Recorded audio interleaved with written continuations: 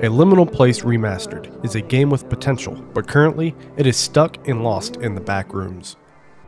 Released on March 30th, 2024, A Liminal Place Remastered, or ALPR, is currently sitting at a 78% rating on Steam. ALPR is a solitary game and relaxing on some levels while mixing body cam, analog horror, and found footage style points of view, and including realistic, traditional liminal spaces with the classic backroom level as well.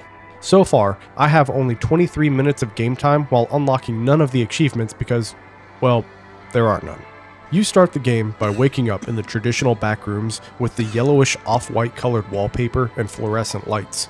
You are immediately contacted over the radio by someone named Gonzalez. You discover that your name is John, and Gonzalez is desperate for rescue. You're given some additional info that the backrooms level you are on is level 0, while Gonzalez is on level 37 and being pursued by unknown entities, but that's it. After that, you are left to your own devices, and you are tasked with finding the exit. The first thing you'll notice upon starting ALPR is the graphics. The graphics are not bad by any measure. While it is nothing special, I didn't dislike anything I saw in the game either. The caveat to this statement is that I've never been a fan of flashlights in games, though that is starting to tiptoe into mechanics. While I understand why there are flashlights in games, I've never liked them because it causes over half the screen to go dark, and if it's dark, it means it's hard to see the graphics and assets the developers put into the game. That all said though, the game settings started the graphics off in Epic, though there was another setting above that called Cinematic. I was a little overconfident with my PC and chose to set the game on Cinematic, and the footage became a little choppy. While I don't know if that is because the game was pushing my PC too hard, or if it was because I also had my recording software set up, I had issues nonetheless.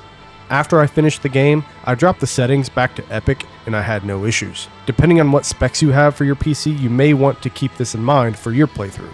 As for the atmosphere of ALPR, it has your typical and expected liminal space vibe. It isn't necessarily good or bad, it just is. If you like liminal spaces or the backrooms, you'll like the atmosphere of this game. If you don't like that type of atmosphere, then you won't.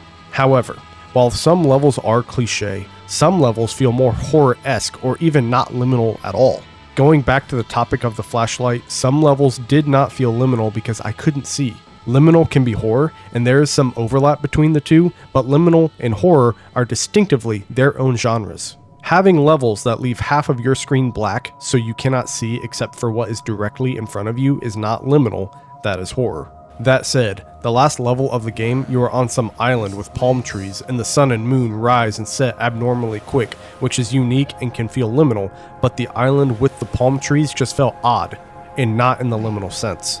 The gameplay isn't bad, though it isn't perfect and has some flaws. Like with many backroom games, ALPR is for all intents and purposes a walking simulator. The game does advertise puzzle elements, but in the short experience I had in the game, the only real puzzles I encountered were looking around for keys to open doors that allowed access to the elevator, which would then take you to the next level. I did not have to open any chests or flip any switches. All I did was walk around and look for a key, pick it up, walk to the locked door and unlock it, and then progress to the next level. Next were the running and crouching mechanics. While I only crouched a handful of times in the game, it was like controlling the body of a 90-year-old. The crouching just felt too slow. In terms of realism, this might be an accurate depiction of crouching, but no one wants to spend an eternity crouching down and then standing back up.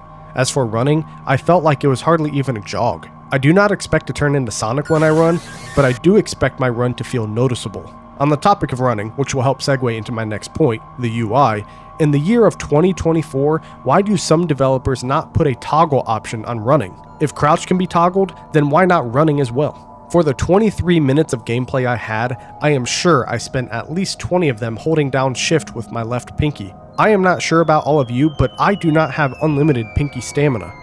Sometimes I need a break, and unfortunately, I hardly received any. Moving on to the UI, it is almost non-existent. There is the ability to change graphical settings, but that is it. In the graphic setting menu, there is also a button for video settings, however that doesn't seem to do anything. Likewise, if you are in the middle of a game, there is no pause button. With this game being only 23 minutes long, I do not expect a save feature, but I would like to be able to pause the game and quit, open a settings menu and adjust the graphics, or camera movement speed, toggle run, change the controls, etc. Perhaps I am spoiled and I am asking for too much. To be fair, this game was developed by a single high school student, so I do understand there's only so much one person can do, but I do not want to go easy on them because ultimately that would be doing a disservice to both the developer and whomever purchases the game. If you've seen any of my other reviews, I do like to give credit where credit is due. In the main menu of the game, if for whatever reason the game were to crash, the developer gives the player the ability to choose which level they were on and start back up wherever they left off rather than being forced to replay the whole game, though like I said, I did only spend 23 minutes on it in total. Lastly, the price tag. This game costs 99 cents. It is a great price, even though you will get less than 30 minutes of gameplay out of it. It is cheaper than a bottle of soda, a bag of chips, or even most fast food items.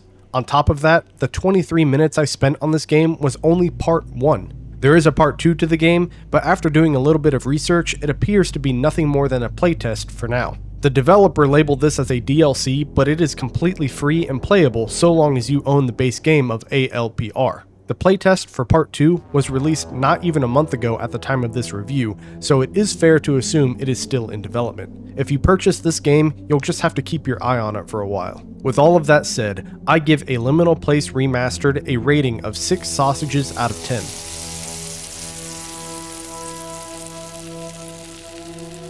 The story is off to a great start, however, it goes nowhere. Even at the end of the game, you're left on a cliffhanger without any progression to the story whatsoever. The graphics are good, but occasionally they can be too good. And with some levels requiring a flashlight, it feels like I'm missing a small chunk of the game. While I won't say the atmosphere of ALPR is great, it is your traditional liminal experience.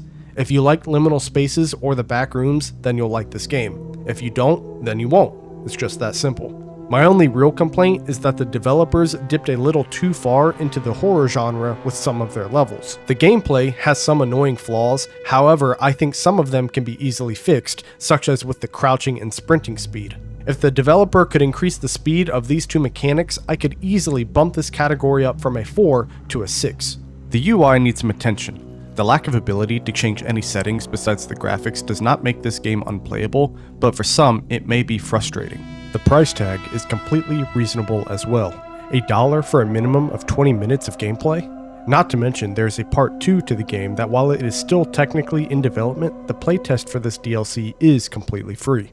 And that's my review for A Liminal Place Remastered. If you stuck around this long and you enjoyed my video, consider liking and subscribing, but if not, just know that I appreciate your viewership nonetheless. If you end up purchasing this game, leave a comment below letting me know about your experience. I also stream on Twitch occasionally, so consider following me on that platform as well. I'll leave a link to my Twitch channel in the description below.